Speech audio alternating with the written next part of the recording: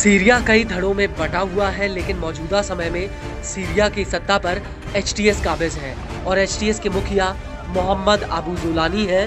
Syria में जब HTS की अगुवाई में तमाम छोटे बड़े विद्रोही समूहों ने सरकार के खिलाफ बिगुल फूंका, तो पर्दे के पीछे से तुर्की ने एचटीएस को हथियारों की सप्लाई से लेकर गोला बारूद तक दिया, जिसके दम पर एक ही हफ्ते के भीतर एचटीएस ने 50 साल से चली आ रही असद परिवार की सत्ता का अंत कर दिया।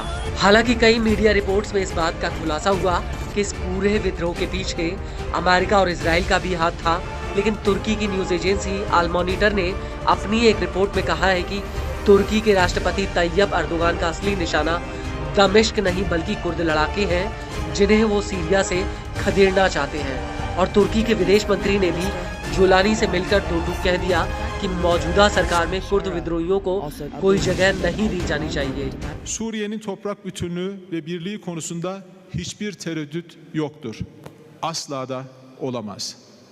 Bugünkü görüşmemizde bu husustaki ortak irademizi teyit ettik. Bu vesileyle PKK-YPG'ye Suriye'de kesinlikle yer olmadığını bir kez daha vurgulamak istiyorum. Bu terör örgütü Suriye halkının topraklarını işgal etmekte ve doğal kaynaklarını çalmaktadır. तुर्की के इस बयान से साफ हो गया कि America जिन Kurd लड़ाकों को सपोर्ट करता आया है, अब उन्हीं लड़ाकों पर तुर्की की नजर है और अब तुर्की ने अपने तमाम मिलिशिया गुटों को कुर्दों पर हमले की खुली छूट दे दी है। और अब इसी कड़ी में सीरिया के मनबिस प्रांत में तुर्की समर्थित मिलिशिया और मनबिस फोर्स की भिड़ंत हुई है। इसको लेकर मनबिस मिलिट्री काउंसिल का कहना है कि 23 दिसंबर 2024 को अलेप्पो प्रांत के पास तिश्रिन डैम के पास मनबिस फोर्स ने तुर्की मिलिशिया के हमले को नाकाम कर दिया। मनबिस फोर्स के मुताबिक इस लड़ाई के दौरान उसने उन तमाम पोजीशंस पर भी कंट्रोल हासिल कर लिया जिन पर तुर्की के मिलिशिया ने कब्जा कर रखा था। इसके अलावा यूफ्रेट नदी के खागर के पास तुर्की मिलिशिया के एक वाहन को नष्ट कर दिया गया। आपको बता दें कि असद के भागने के बाद उत्तरी सीरिया में तुर्क समर्थित मिलिशिया और सीरियन डेमोक्रेटिक फोर्स यानी एसडीएफ के बीच जंग तेज हो गई है।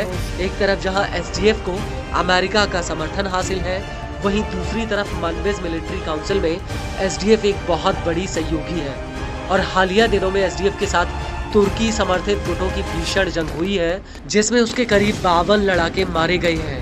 यह पूरी जंग तिश्रिन डैम के पास हुई है, लेकिन बड़ी बात यह है कि तिश्रिन डैम रणनीतिक लिहाज से तुर्की और कुर्द के लिए बेहद ही अहम है। यह डैम उत्तरी सीरिया में सत्ता की लड़ाई का केंद्र बना हुआ है। दरअसल यह बांध न सिर्फ बिजली सप्लाई देता है, बल्कि यह पानी का एक बहुत बड़ा स्रोत है और यही वजह है कि तुर्क मिलिशिया इस पर कब्जा करना चाहता है। और जिस मनबिस प्रांत में ये बांध है, वो इलाका तुर्की से बिल्कुल सटा हुआ है और इसके बाद रक्का कमिश्ली इलाकों पर कुर्दों का नियंत्रण है।